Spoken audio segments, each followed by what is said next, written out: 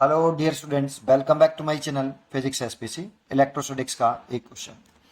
To infinite planes each with uniform surface charge density sigma are kept in such a way that the angle between them is 30 degree. The electric field in the region shown between them is given by। इन दोनों के between electric field पूछ रहा है। देखो, अगर कोई seat है, infinite sheet है, अगर कोई हमारे पास ये कोई इनफाइनाइट सीट है और उसके एक लेयर पर सरफेस चार्ज डेंसिटी सिग्मा है और इस पॉइंट पर इलेक्ट्रिक फील्ड निकालें, तो इलेक्ट्रिक फील्ड का जो मैग्नीट्यूड होता है due to infinite sheet sigma upon 2 epsilon naught. और डायरेक्शन दिखाते हैं सीट के सरफेस के परपेंडिकुलर, सीट के सरफेस के परपेंडिकुलर और पॉजिटिव चार्ज से अवे। तो सीट के सरफेस के परपेंडिकुलर पॉजिटिव चार्ज से अवे, एक पॉइंट तो ये यूज करेंगे हम इसमें। तो देखो, इस सीट की कारण अगर हम इसके बिटवीन कहीं इस वाले पॉइंट पर, इस रीजन में पूछ रहा है ना, बिटवीन दैम, तो इस वाली सीट के कारण सीट 1,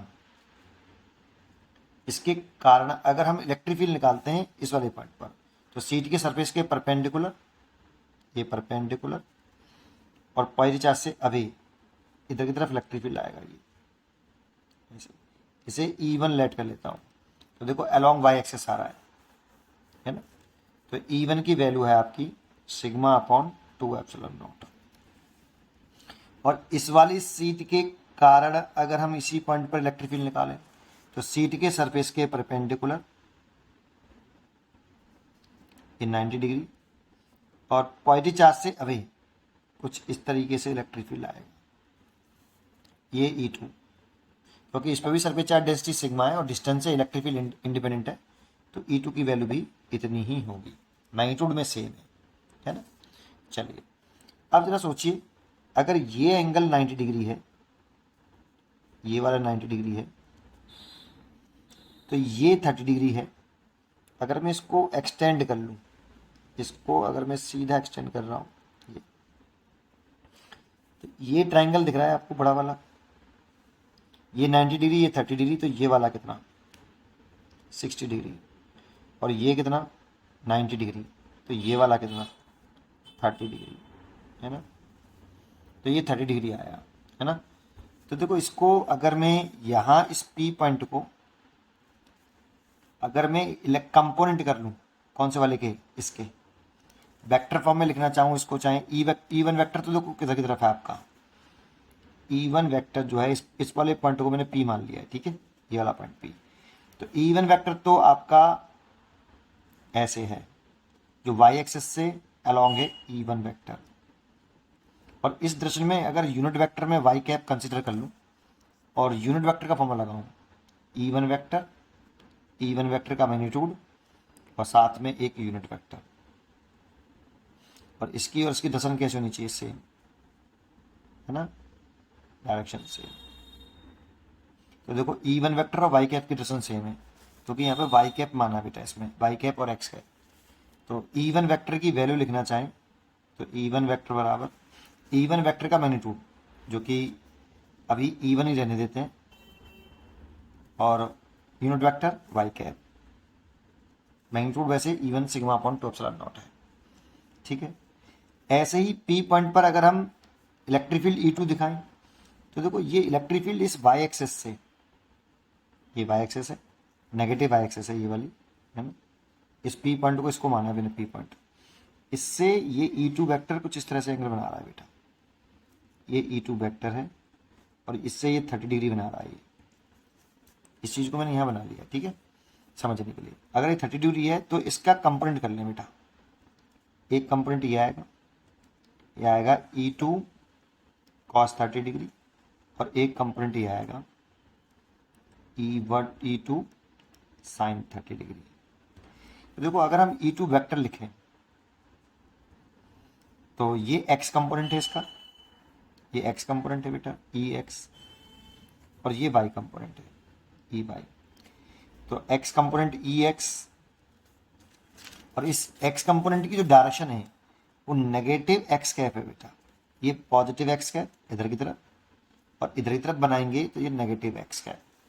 तो इसीलिए नेगेटिव एक्स कैप, ऐसे, ये ऐसे, ठीक है, ये नेगेटिव एक्स कैप, ठीक है। अच्छा, ई एक्स की वैल्यू हमारी है E2 साइन 30, साइन 30 की वैल्यू 1/2, तो ले सकते हैं E2/2, और ये माइनस आ गया एक्स कैप। ऐसे ही वाई कंपोनेंट लिखें प्लस ई वाई कंपोनेंट जे कैप। देखो इसमें यूनिट वेक्टर जो है इस डायरेक्शन में नेगेटिव एक्सिस में, इसीलिए माइनस के वाई कैप लिख रहा हूँ, तो माइनस के वाई कैप। और ई वाई की वैल्यू है आपकी E2 sign U2 cos 30, cos 30 की वैल्यू तो कितनी होती है, E2 कॉस 30 की वैल्यू होती है √3/2, और ये माइनस सामने यहाँ आ जाएगा, ये वाई कैप, ऐसे, दिस इज E2 वेक्टर। ये एक्स कंपोनेंट हो गया, ये वाई कंपोनेंट हो गया। अब देखो ये E1 वेक्टर निकाल लिया है, ये E2 वेक्टर, तो नेट इलेक्ट्रिक फील्ड पूछ रहा हमसे, है ना। तो नेट इलेक्ट्रिक फील्ड लिखें, वेक्टर फॉर्म में लिख रहे हैं, देखो ये वेक्टर में निकाला मैंने, तो E1 vector plus E2 vector, है ना। इलेक्ट्रिक फील्ड पूछ रहा है, तो नेट इलेक्ट्रिक फील्ड निकालना है इस रीजन में, वैल्यू पुट कर दो।